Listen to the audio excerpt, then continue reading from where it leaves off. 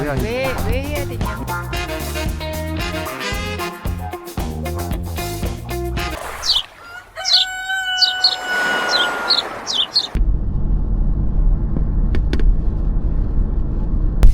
안녕하십니까. 조비 연구개발팀 비료 담당 권기윤입니다. 네. 오늘은 제주도에 나와 있습니다. 예.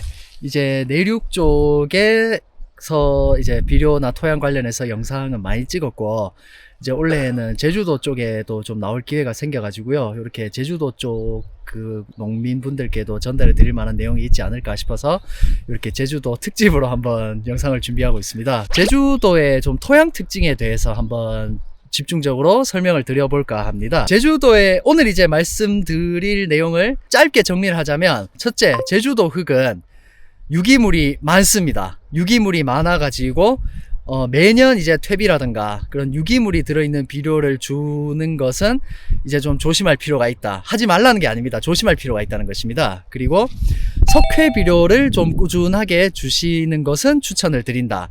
이렇게 말씀을 드리고 싶고, 그리고 제주도 흙은 대놓고 좀 산성입니다. 제주도 흙은 확실하게 평균적으로 산성을 띈다라고 말씀을 드릴 수 있겠습니다. 평균적으로 pH가 한 4.9, 5.0 정도 되기 때문에 내륙에 비해서는 확실히 좀 산성을 띈다라고 말씀을 드릴 수 있겠고요. 이제 요거는 농작업 하시는 분들께 항상 좀 말씀을 드리는 건데, 한 3년에 한 번씩은 꼭 이제 농업기술센터나 그 농업기술원에 찾아뵈셔서 그 토양 검정을 받으시고 가장 적당한 좀 비료를 뿌리시는 것을 추천을 드린다.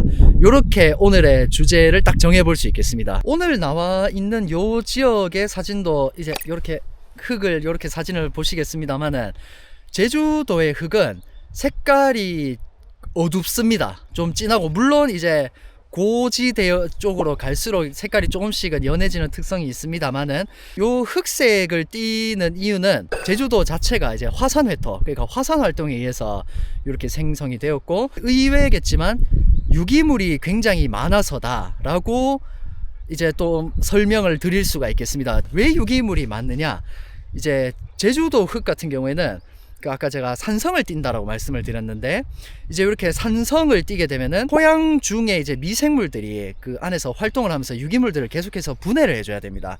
하지만 내륙 쪽에 비해서 그 미생물 활동이 불리하기 때문에 이제 분해가 느린데 쌓이고, 분해가 느린데 또 쌓이고, 이런 식으로 장시간 축적이 되다 보니까 이런 이제 유기물 함량이 굉장히 많다라고 이제 이렇게 말씀을 드릴 수가 있겠고요. 산성이면은 이게 수소 이온도 많지만 그 알루미늄 이온이 또 토양 중에 상당히 많이 함유되어 있습니다. 이 알루미늄 이온이 이제 또 물과 만나면은 더더욱 분해를 좀 촉진을 하게 됩니다. 다시 말해 산성화가 또 가속화된다고 할 수 있겠고요. 그리고 가장 중요한 이유 세 번째, 강수량이 굉장히 많습니다. 강우량이 많습니다. 이제 비 같은 경우에는 자연스럽게 이제 어느 정도 산성을 띌 수밖에 없습니다. 이게 과거에 좀 그 말이 많이 나왔던 그런 산성비, 그런 유해한 비냐, 그런 게 아니라 일반적으로 공기 중에는 이산화탄소가 포함이 되어 있는데, 이제 하늘에서 비가 이제 물이 떨어지면서 그 이산화탄소와 만나가지고 이제 탄산을 비롯한 산 성분들이 물 속에 이제 조금씩 자리 잡게 됩니다. 땅에로 계속 떨어지게 되면은 그 자체로 산성이니까 산성화가 조금씩 가게 되고, 그리고 토양 속에 남아있는 칼슘이나 뭐 마그네슘, 뭐 망간, 철, 칼륨, 요런 양이온 성분들, 이런 양이온 성분들은 일반적으로 염기성을 띱니다. 이런 염기성 이온들을 지속적으로 용탈을 시키게 되는 것이죠. 그럼으로 인해서 또 더더욱 산성으로 가게 되더라. 또 이렇게 한번 보실 수가 있겠고요. 그렇게 되기 때문에 이제 점점 더 비옥도는 떨어지고 산성화가 계속해서 지속되고, 이런 이제 악순환이라고 하긴 뭐합니다만은 그런 자연스러운 현상들이 계속해서 발생을 하게 되는 겁니다. 제주도 이온은 조금 말이 안 맞는 것 같지만 역설적이게도 유기물은 풍부하기 때문에 CEC는 높은데 염기 포화도는 낮습니다. 이 염기 포화도라는 거는 이제 농업을 할 때 굉장히 중요한 건데, 여러분들 CEC라는 개념이 있습니다. CEC, 요거 CEC는 요겁니다. 네. 요 CEC가 높을수록 이제 토양에서 뭐 보비력이라든가 그런 영양분을 잡아두는 능력이 더 크다. 다시 말해 양이온 성분을 잡아두는 영향이 크다. 요렇게 이제 이해를 하시면은 좀 직관적으로 쉬운데, 이 염기 포화도란 CEC가 예를 들어 영양분이 붙을 수 있는 자리가 10자리다. 다시 말해 CEC가 10이다. 요렇게 되어 있으면은 그 자리에 염기가 한 8개 정도 붙어 있다. 그럼 염기 포화도가 한 80이다. 요렇게 아주 간단하게 설명을 드리자면 이렇게 설명을 드릴 수가 있습니다. 연기 포화도가 뭐 10, 20, 30 이런 식으로 일반 내륙에 비해서 상당히 낮은 그 특성을 띠고 있습니다. 그래서 어떤 좀 농작업을 하기에는 좀 불리하다. CEC는 높은데 연기 포화도는 낮다. 어떤 이런 특성으로 좀 설명을 드릴 수가 있겠습니다. 이제 내가 자리 잡고 있는 이걸 보시는 고객분들의 어떤 그 주변의 유기물 함량을 정확하게 좀 보시고 싶다. 가장 정확하게 하려면 농지의 흙을 떠서 이제 공공기관에서 토양 분석을 맡기시는 것을 당연히 추천을 드리고요. 이제 그거 외에 확인하실 수 있는 방법은 그 흙토람이라는 사이트가 있습니다. 이제 공공기관에서 운영을 하는 사이트인데 거기에 들어가셔서 여기가 지금 이제 제주도 성산 지역인데 여기에도 지금 흙토람에 들어가서 한번 확인을 해보면은 네. 요렇게 하나 영상 그 사진 찍어 보내드릴게요. 여기도 지금 성산 지역에 모두가 조사되어 있는 것은 아닙니다만은 여기 지금 보시면은 그 유기물이 한 50 이상, 지금 색깔이 상당히 진하게 표시되어 있는 것을 보실 수 있습니다. 성산뿐만 아니라 다른 제주도 지역을 이렇게 보실 수 있습니다. 예, 그래서 요 흙토람이라는 사이트를 이제 좀 추천을 드리고요.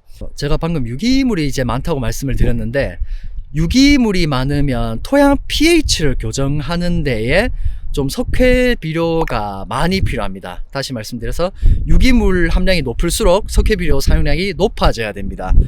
그렇기 때문에 이제 석회 비료를 좀 꾸준하게 사용을 하시되 본인의 필지에 유기물이 얼마가 들어있는지를 좀 정확하게 확인을 해 보시고 이제 석회 비료의 사용량을 결정을 하시는 것을 좀 추천을 드리고 싶습니다. 사용을 해야 되는 석회 비료의 종류는 어떤 걸 쓰셔도 사실 관계는 없습니다. 주변에서 구하기 쉬운 거, 구하기 쉽고 좀 쓰기 편한 거 사 쓰셔도 됩니다. 뭐 소석회가 있을 수도 있고요, 뭐 생석회가 있을 수도 있고요, 뭐 석회 고토도 있을 수도 있고요. 요런 이제 다양한 거를 이제 그 쓰기 쉬운 거를 쓰시면 되겠습니다만 한 가지 황산석회, 뭐 유황석회 요거는 조금 추천 우선순위가 떨어집니다. 왜냐하면 요 유황석회, 황산석회 요런 것들은 그 토양 교정 능력은 다른 거에 비해서 조금 떨어집니다. 그래서 토양 교정을 위해서 내가 석회를 사용을 한다. 그렇다면은 요 황산석회나 그 유황석회 요거는 좀 피하셔서 사용을 하시는 것을 이제 좀 추천을 드리고 싶습니다.